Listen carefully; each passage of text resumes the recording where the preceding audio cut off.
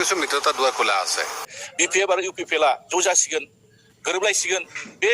बे बाथ्राखौ गोबां मानसिफ्रा बुंनो नागिरो বহু লোক হাজাৰ হাজাৰ লোক বিপিএফত আছে তেওঁলোকো বিচাৰিছে এবাৰ হাগ্ৰামা মহিলাক চান্স দিব লাগে গতিকে সেই ধৰণৰ যিটো এটা মানে নেৰেটিভ ইয়াত হৈছে আমি সেইটো অলপ আগবঢ়াই লৈ চেষ্টা কৰিছোঁ আৰু মই ভাবোঁ নিশ্চিতভাৱে ভাল এটা ৰিজাল্ট আহিব रायलायनायाथ' गिदिर खोथा नङा जिथु राजनिति हान्जा जों जिथु हारसिं गेलेबा जोंहा लाब जागोन ना सोरजोंबा लोगोआव जों ज' इलेक्सन गेलेबा जोंहा लाब जागोन जोंनि नोजोरा जाहैबाय जोंहा बिटिसिआव এইফালে বেলেগ কথা এইফালে বেলেগ কথা কয় এইফালে কোনোবাই কয় আমাৰ হাগ্ৰামা মহিলাই ডেপুটেশ্যন হ'ব লাগে আৰু কোনোবাই কয় এইফালে হাগ্ৰামাৰ মানে চিফ হ'ব লাগে তেনেকুৱা এইটো চালে নিশ্চয় কেলকুলেশ্যন আছে এই কেলকুলেশ্যন হৈ পেলাই জাতীয় ছাত্ৰপতি জইন হয় ভাল হ'ব কিন্তু পিছৰ ক্ষেত্ৰত ছাত্ৰপতি জইন হ'ব বিচাৰিছে কৰিব বিচাৰিছে হাৰাব নোৱাৰে কাৰণ আমাৰ আজি বিজেপি কমসে কম 10-20% আহিব বড়ো এসটি আর ফলে আমার নন এসটি আছে আমার জিজ্ঞাসা কথা আমি সরকারকে কথা ৰাজনীতি কৰক বা ৰাজনীতি কিছু ক্ষেত্ৰত ভূমিকা এটা থকাৰ দৰকাৰ আছে বুলি ভাবোঁ মই ভাবোঁ যে আজিৰ দিনত যিটো পৰিস্থিতি চলি আছে এনেকুৱা যদি হয় আৰু হাগ্ৰামা মহিলা যদি আমাৰ হেৰি হয় বুজাবুজি হয় এলায়েন্স হয় তেতিয়াহ'লে মই ভাবোঁ আমি দুইটা পাৰ্টি মিলি কিনে চৰকাৰ বনাব পাৰিম এইখিনি সুবিধা আছে কাৰণ আজিও আমাৰ নামত হয়তো 2 লাখ ভোট মানে অন্ধভাৱে দিয়া মানুহ আছে গতিকে আমাক জিকাৰ কাৰণে ইমান ভোট নালাগে কিন্তু বেলেগ পাৰ্টিক এলায়েন্সৰ পাৰ্টিক জিকাৰ কাৰণে আমাক কিছু ভোট লাগিব ঠিক তেনেকৈ বিটিচি ৰাস্তাটোদি আচলতে দিছপুৰ পায় গতিকে আমি ভাবোঁ যে বিটিচিত যদি আমাৰ মানুহখিনি ভাল এটা ভূমিকা ল'ব পাৰে তেতিয়াহ'লে নিশ্চিতভাৱে ভাল হ'ব কাৰণ আপোনালোকে নিজেও জানে যে তাহানিতে স্বাধীন হোৱাৰ আগতে ইয়াৰ পৰাই বৰপেটাৰ পৰা বহু মানুহ গৈছিলে আজিও তেওঁলোকৰ ভূমি নাই কালি কেতিয়া আহিব নালাগে এইটো হয়তো হীৰা কইনা অহাৰ আগতে তেওঁলোকক কাণত ধৰা ঢুকাইছিল বহুত কিবা গৈছিল বহুতক মাৰিছিল কিন্তু আজি সেই পৰিস্থিতি নাই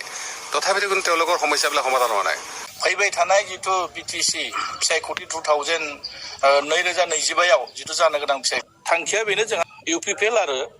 बिपिएफ बे मोननै राजनिति हान्जानि गेजेराव मोनसे एलायन्स जागोन होननानै जों खोनानो मोन्दों बेखौ जोंनि गोजौ थाखोनि जायफोर दैदेनगिरि बिथांमोनासो स्पष्ट बुंनो हागोन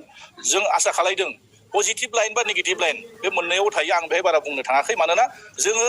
जाय जि हाबाफारियाव लानानै जि दायथ' मोनदों बेखौ मावगोन हयथ' जोंनि सेन्ट्रेल कमिटिनि दैदेनगिरिफ्रा स्पष्ट मोनथिगोन बिथांमोना जेब्ला खामानिया मावफुंजायो बा रायलाय बिथांमोना जोंनो स्पष्ट बुंब्लासो जों मोनथिगोन ओंखायनो आं बिनि सायाव बारा नोजोर बोआखै जोंहा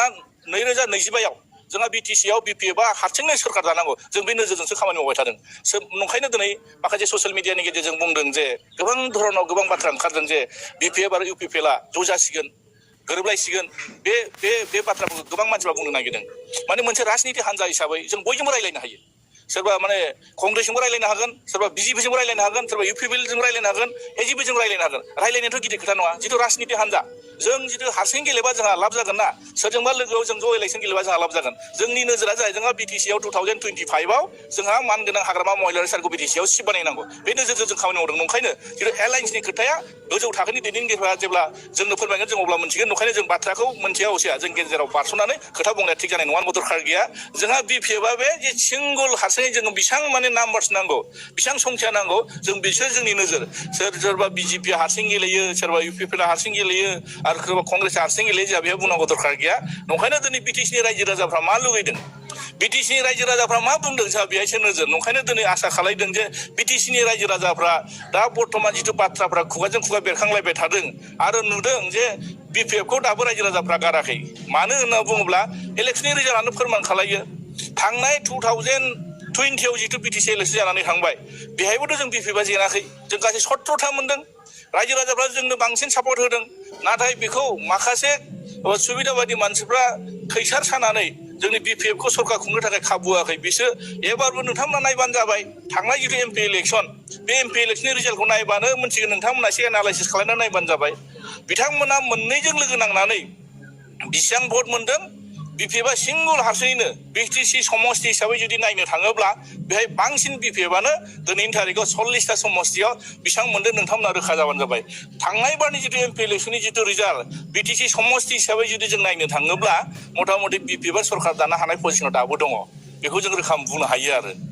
जों रायजो राजाफ्रा साफ्रोमबो सांग्रां जानाया मोजां मानोना बिटिसिनि रायजो राजाफ्रा सांग्रां जानायानो मोजां दिनै बिसिखौ जों मोनसे आन्दलननि गेजेरजों मोननाय फिसा काउन्सिल बिनि गेजेराव जोङो बिटिसि मोनदों बिटिसिया जादों इन्डियानि कनस्टिटिउसननि सिङाव 6 सिडिउलनि प्रभिजनजों दाजाना होनानै मोनसे पलिटिकेल एरेन्जमेन्ट बेखौबो नोजोर होनाया मोजां दिनै आरो बिटिआर नोजोर होनानै अबे मोनथाम एकर्ड जानानै थांबाय दा मोनथाम एकर्डआवबो बर' रायजो राजाफ्रा आरो बिटिसिआव थानाय गुबुन हारिफ्राबो गोबां बेहाय माने जिउ बावनो गोनां जादों गोबां खस्थ' मोनदों दा थैनि गेजेरजों मोननाय बे सोरजिजानाय काउन्सिलखौ जों दिनै मानो थांनो होनो ओंखायनो रायजो राजाफ्रा बिसार खालायबानो जाबाय दिनै जि मोनसे ससियेल मिडियाआव नुनो मोनदों जे बिटिसिनि माखासे खेमथाफ्रा दिनै गावनि आखाइनिफ्राय गलांदों नंगौ बे सैथो बाथ्रा जों बेखौ रावबो दिनाय खालायनो हाया मानोना दिनै प्रमद बर' बिथाङा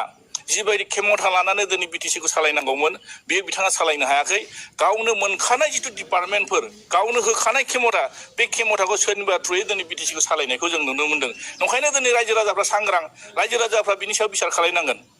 दिनै हाग्रामा महिलारि दाङ'रिया बा हाग्रामा महिलारि बिथाङा